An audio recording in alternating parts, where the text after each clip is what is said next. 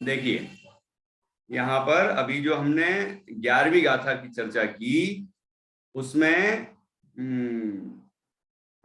एक जो हमने अर्थ किया पहले वो भी दिख तो रहा है, लेकिन यहाँ पर जो अभी टीका अपन ने पढ़ी है और दो नए घटित किए तो उसमें ये चर्चा नहीं है कि नए द्रव्य की उत्पत्ति, मतलब जिसको प्रवचन सार जी ने कहा ना असत का उत्पाद नहीं होता और सत का विनाश नहीं होता, वहां उस एंगल पर पहुंच गए है ना। लेकिन यहाँ तो वास्तव में एक ही द्रव्य है और वो उत्पाद व ध्रुव स्वरूप है। उस उत्पाद व ध्रुव स्वरूप द्रव्य को हम दो नयों से देखते हैं तो कैसा दिखाई देता है कि जब हम द्रव्यार्थक नय से उसी द्रव्य को देखते हैं तो वो ध्रुव दिखाई देता है, वही का वही दिखाई देता है, सद्भाव स्वरूप दिखाई देता है। और उसी द्रव्य को जब हम पर्यायार्थक नय से देखते हैं तो वो उत्पन्न विनष्ट होता हुआ दिखाई देता है, पर्याय रूप दिखाई देता है, उत्पन्न विनष्ट होता हुआ दिखाई देता है। ऐसा यहाँ पर 11वीं गाथा का अर्थ समझना चाहिए। इस तरह यह सब निर्बद्ध है क्योंकि द्रव्य और पर्यायों का अभिन्न बना है। द्रव्य पर्यायात्मक वस्तु है तो इसलिए जब हम द्रव्य दृष्टि से, द्रव्य अपेक्षा से वस्तु को देखते हैं, द्रव्य को द्रव्य अपेक्षा से देखते हैं तो वही की वही दिखाई देती है। जब उसी द्रव्य को हम पर्याय अपेक्षा से देखते हैं तो वो उत्पन्न विनष्ट होती हुई दिखाई देती है। जैसे सोने का उदाहरण है, जैसे घड़े का उदाहरण है, जैसे और भी अनेक उदाहरण हैं। गोरस का उदाहरण आचार्य जैसे ने दिया है। गोरस में मतलब जैसे दही बना तो दूध पने का व्यय हो गया, दही पने की उत्पत्ति हो गई, और गोरस तो है ही, मतलब गोरस ही कहलाता है। वो दोनों ही, चाहे घी भी हो वो गोरस है ना। दूध, घी, छाछ, दही, ये सब गोरस कहलाता है। तो गोरस पना वही का वही। तो ऐसे अनेक उदाहरण दे सकते हैं अपन। बाल्य, युवा और वृद्ध अवस्था पुरुष की अवस्था है तो इन अवस्थाओं में पुरुषत्व तो वही का वही है, लेकिन अवस्थाएं बदल रही हैं, उत्पन्न विनष्ट हो रही हैं। तो ऐसे अनेक उदाहरणों से हम इस बात को समझ सकते हैं। तो इसको अपन ये दूसरा एंगल जो यहाँ टीका में आया है उस दृष्टि को ही मुख्य रखें कि एक ही द्रव्य की बात है और एक ही द्रव्य में उत्पाद व ध्रुव तीनों विद्यमान है। उत्पाद व ध्रुव युक्तम सत ये बताया गया है। अब इसमें दो तरह से इसका कथन किया है, द्रव्यार्थिक और पर्यायार्थिक नय से।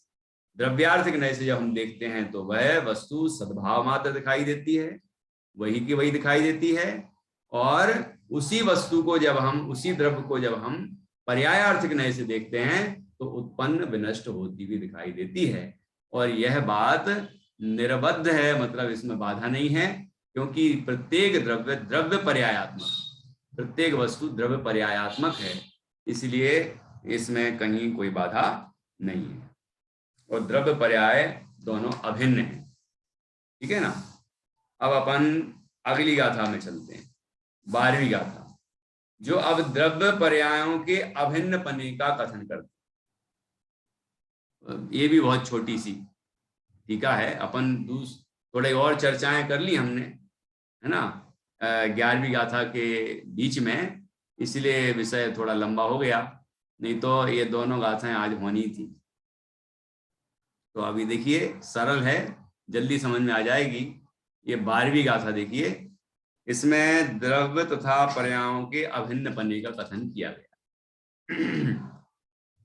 पज्जय विजुदम दव्वम,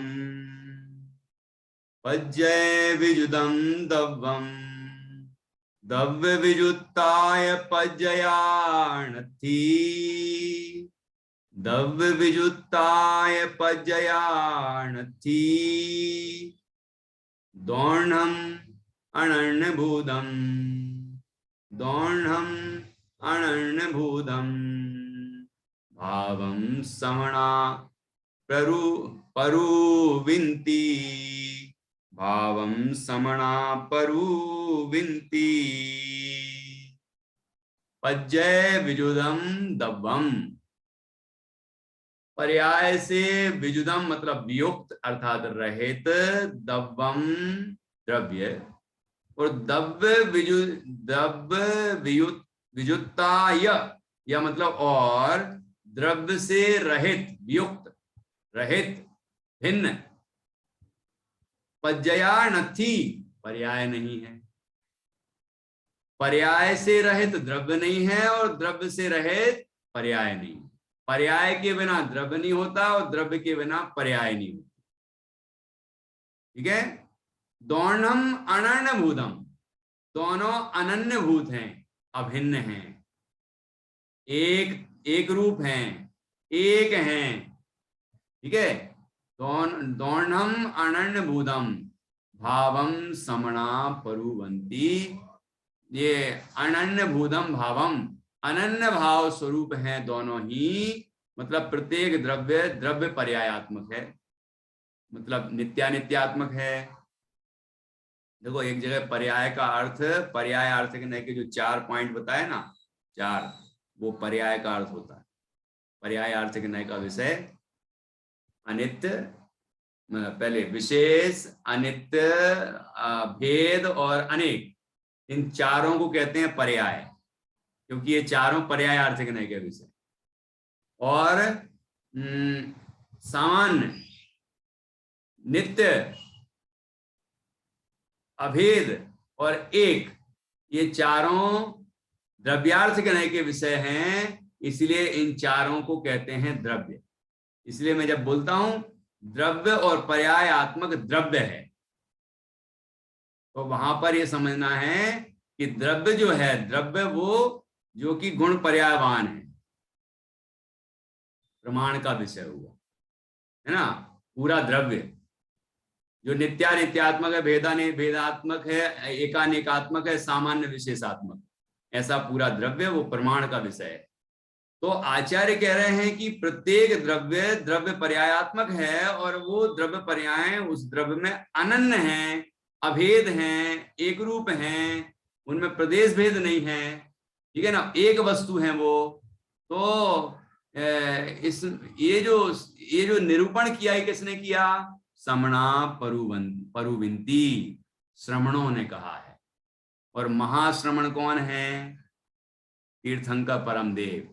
पहले आया था ना एक जगह, शायद दूसरी गाथा में, है ना।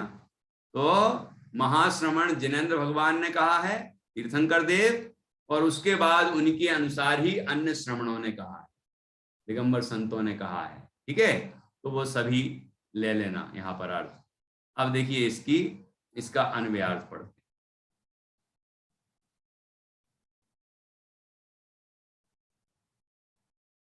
अन्वयार्थ, पर्यायों से रहित द्रव्य और द्रव्य रहित पर्यायें नहीं होती।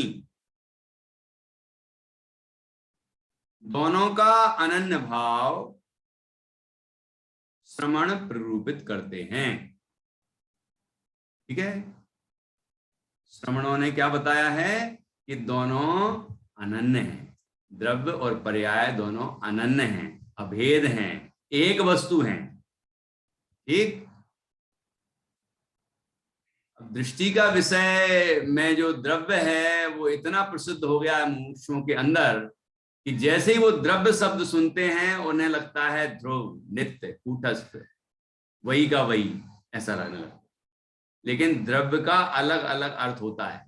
प्रमाण का विषयभूत द्रव्य, द्रव्यार्थ के नए का विषयभूत द्रव्य, है ना, तो अलग हो गया ना। और अभी आपको बताया कि ये 4 बातें जिसमें हो वो उसको द्रव्यार्थ के नए का विषयभूत द्रव्य उसी में आ गया। दृष्टि का विषयभूत द्रव्य, तो द्रव्यार्थ के नए का जो परम भावग्राही द्रव्यार्थ के नए है वो उसका विषय बनेगा वो, या परम शुद्ध निश्चय नय का विषय बनेगा। ऐसा जो ध्रुव तत्व है, त्रैकालिक ध्रुव शुद्ध चैतन्य तत्व है, वो दृष्टि का विषय है। तो अब वो विषय इतना अधिक प्रसिद्ध हुआ है कि जैसे ही द्रव्य बोला तो द्रव्य मतलब ध्रुव, और पर्याय यदि उसको कहोगे द्रव्य का नाश होता है तो आदमी स्वीकार नहीं करता। द्रव्य का कैसे नाश हो सकता है? द्रव्य तो ध्रुव ही रहता है। अरे द्रव्य का नाश ऐसे होता है कि द्रव्य को जब हम उसकी पर्याय से देखते हैं तो वह विनष्ट होता हुआ दिखाई देता है। जैसे जैसे सोने को हमने अभी हार रूप में देखा, फिर उसको गलाया सुनार ने और उसका बना दिया कंगन, तो अब क्या हुआ कि सोने अब हम देख रहे हैं हार, तो हार का हुआ विनाश और कंगन का हुआ उत्पाद। तो अब सोना जो हार रूप है उसी की तो बात कर रहे हैं। सोना हार रूप से नष्ट हुआ, सोना हार रूप से नष्ट हुआ, सोना कंगन रूप से उत्पन्न हुआ, क्योंकि वो पर्याय द्रव्य से अभिन्न है, सर्वथा भिन्न नहीं है। ठीक है ना, ये बात पहले स्वीकार होना चाहिए, उसके बाद हम उस पर्याय को करें गौण और द्रव्य को करें मुख्य, तो वो दृष्टि का विषय बने और अनुभूति होगी। हम यदि एकांत से मान लेंगे, एकांत मतलब मिथ्या एकांत वाला एकांत, सर्वथा एकांत, यदि एकांत से वस्तु को हम कूटस्थ नित्य ही मान लेंगे तो वो सांख्य मत का प्रसंग आएगा, जो कि समय सारणी में भी 5 गाथाओं में आया है। क्योंकि वो जो वर्णन चल रहा था तो आचार्य को लगने लगा जीव ऐसा न मान ले कि वस्तु तो एक ही रूप है, ध्रुव ही है, नित्य ही है, शाश्वत ही है, तो उसकी पर्याय है ही नहीं, उत्पाद वह होता ही नहीं, ऐसा ना मान ले। तो आचार्य को कहना पड़ा, आचार्य कुंकुन स्वामी को, कि यदि तुम सर्वथा ऐसा ही मान लोगे कि ध्रुव ही है, नित्य ही है, शाश्वत ही है, उसमें उत्पाद वह होते ही नहीं, पर्याय होती ही नहीं, तो फिर सांख्य मत का प्रसंग आएगा, है कि नहीं। तो इसलिए दोनों की स्वीकृति पूर्वक हम एक को करें गौण और दूसरे को करें मुख्य प्रमाण से। इसलिए प्रमाण गृहीता, प्रमाण के द्वारा ग्रहण किए गए वस्तु के एक अंश में जो प्रवर्तन करता है उसे नय कहते हैं। नय की परिभाषा जो बनी है, आचार्य ने लिखी है, वो यही लिखी है, प्रमाण से जो वस्तु ग्रहण की गई, पहले स्वीकार है मुझे, सर्व अंश स्वरूप वस्तु स्वीकार है, सर्व धर्म स्वरूप वस्तु स्वीकार है, उसके बाद नए प्रवर्तन करता है। तो एक अंश से हम वस्तु को देखते हैं और अन्य अंशों से गौण करते हैं, तो दूसरे अंश से हम वस्तु को देखते हैं तो अन्य अंशों को गौण करते हैं। ऐसे कर करके वो वस्तु समझ में आ जाती है। ख्याल में आया कि नहीं आया? तो प्रमाण से हमने एक बार स्वीकार कर लिया कि अनंत धर्म स्वरूप वस्तु है, अनेकांत स्वरूप वस्तु है, तो फिर अब नए प्रवर्तन करेंगे तो वो सम्यक एकांत रूप होंगे। यहां मुख्य गौण की व्यवस्था है, अन्य पक्ष का निषेध नहीं है। ठीक है, तो यहां पर जो चर्चा की है, देखो कितनी सुंदर बात, पर्यायों से रहित द्रव्य और द्रव्य से रहित पर्याय नहीं होती। बता दो, आप कोई भी चीज लेने जाओ, परमाणु लेने जाओ, मतलब कोई भी जीव को पता करो, जीव कहाँ है पता करो, तो कोई ना कोई पर्याय नहीं मिलेगा ना। सोना लेने जाओ तो कोई ना कोई पर्याय नहीं मिलेगा कि ऐसे ही नहीं हमें तो सोना चाहिए साहब, बस लो बिस्किट दे दिया कैडबरी, ठीक है, ये तो आपने कैडबरी दे दिया, मैंने तो आपसे सोना मांगा था, है? तो उसने हार उठा के दे दिया कि नहीं मैंने तो आपसे सोना मांगा है, आपसे मैंने हार मांगा ही नहीं, तो उसने कंगन उठा के दे दिया। बिस्किट दे देगा, वो सिक्के आते हैं वो दे देगा, लेकिन वो कोई ना कोई पर्याय है ना, पर्याय के बिना द्रव्य नहीं होता और द्रव्य के बिना पर्याय नहीं होती। अकेला कोई कहे हार दे दो हमें, तो वो सोना भी आएगा कि नहीं उसमें, क्योंकि वो तो अभिन्न है। अब वस्तु में तो ये अभिन्न ही है, दृष्टि में हम गौण करके पर्याय को करते हैं गौण और द्रव्य को करते हैं मुख्य। ऐसा नहीं होता कि वो पर्याय कहीं गायब हो जाती है, दृष्टि में नहीं आती, इसको कहते हैं गायब हो जाती है, दिखाई नहीं देती। ऐसा गौण करते हैं कि वो पर्याय दिखती ही नहीं, उत्पाद वह दिखता ही नहीं, चंचलता दिखती ही नहीं, एक ध्रुवता दिखती है कि नहीं। तो ऐसा हमें वस्तु को अच्छी तरह से समझना चाहिए।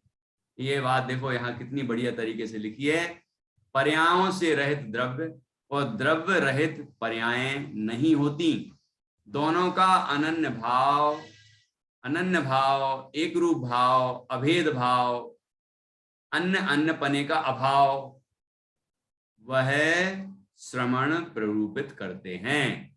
ठीक है, यहां द्रव्य और पर्यायों का अभेद दर्शाया है। जिस प्रकार दूध, दही, मक्खन, घी इत्यादि से रहित गोरस नहीं होता, उसी प्रकार पर्यायों से रहित द्रव्य नहीं होता। जिस प्रकार गोरस से रहित दूध, दही, मक्खन, घी इत्यादि नहीं होते, उसी प्रकार द्रव्य से रहित पर्याय नहीं होती। इसलिए यद्यपि द्रव्य और पर्यायों का आदेश वसात कथन के वश कथनचित भेद है, तथापि वे एक अस्तित्व में नियत दृढ़ रूप से स्थित होने के कारण अन्योन्य वृत्ति नहीं छोड़ते। इसलिए वस्तु रूप से उनका अभेद है।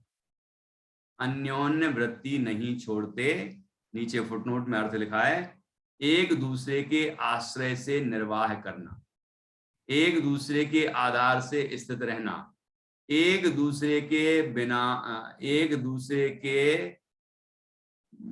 बिना ना रहना होना चाहिए, है ना। तो इस तरह अन्योन्य वृत्ति से रहते हैं। ऐसे ये द्रव्य और पर्याय का स्वरूप यहाँ पर बताया है। दोनों का अस्तित्व एक है, दोनों वस्तु एक वस्तु हैं, दोनों अभेद हैं, एक के बिना दूसरा नहीं है। ऐसा अनन्यपना द्रव्य पर्याय का यहाँ बताया गया है। हमने ये बात यहाँ पर समझी। इसी विषय में अभी और चर्चा आने वाली है 13वीं गाथा में भी, तो उसकी चर्चा हम अब सोमवार को करेंगे। अभी यहाँ हमने ये दूसरी 12वीं गाथा भी पूर्ण कर ली। एक बार फिर से पढ़ते हैं गाथा। बहुत सरल है, 12 गाथाएं हो गई हैं। आप चाहें तो याद भी कर सकते हैं, ऐसे कर रहे हैं आप लोग, लेकिन और गंभीरता से कोशिश करेंगे तो ज्यादा से ज्यादा याद हो सकती है। मेरा ये कहना था कि एक बार द्रव्यार्थिक, पर्यायार्थिक, नए और निश्चय व्यवहार का थोड़ा सा कल बता देते हैं। ठीक है। मतलब द्रव्यार्थिक, पर्यायार्थिक में आप बोले ना आगम के हैं और वो अध्यात्म के हैं, वो किस तरह से घटित होते हैं आ जाता है। द्रव्यार्थिक नए से देखा तो द्रव्य दिखाई दे रहा है, तो द्रव्य तो 6 द्रव्य हैं जाति अपेक्षा, 6 द्रव्यों पर लग रहा है। और निश्चय व्यवहार अध्यात्म के नए हैं, तो ये यहाँ पर मुख्यतः आत्मा का प्रयोजन है। आत्मा का प्रयोजन है ना उसमें। निश्चय व्यवहार समय सारथी में प्रयोग है ना। यहाँ अभी प्रयोग चल रहा है द्रव्यार्थिक पर्यायार्थिक का, क्योंकि सारी वस्तुओं की चर्चा की जा रही है।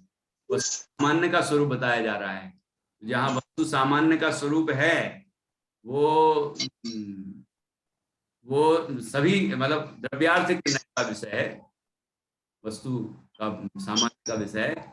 और जब एक आत्मा वस्तु की बात चलेगी तो वहां निश्चय व्यवहार नहीं लगेंगे, ऐसा समझ। और भी अपन आगे इसमें विषय आया ही है, इसलिए विषयांतर नहीं कहलाएगा। द्रव्यार्थिक पर्यायार्थिक के विषय में अपन और थोड़ी चर्चा कर सकते हैं, और निश्चय व्यवहार के संबंध में भी चर्चा कर सकते हैं। ठीक है, अभी हम ये 12वीं जो यहाँ है इसको एक बार पुनः पढ़ते हैं, और उसके बाद फिर अपनी चर्चा को पूर्ण करेंगे जिनमाणी स्तुति के साथ। पज्जय विजुदं दव्वं दव्य विजुत्ताय पज्जयाणति दौर्णं मणर्णभूतं भावं समणा परुविन्ति निज निधि निज में बताई यह अनंत उपकार है। इसके लिए जिन वाणी माँ को वंदना सत बार।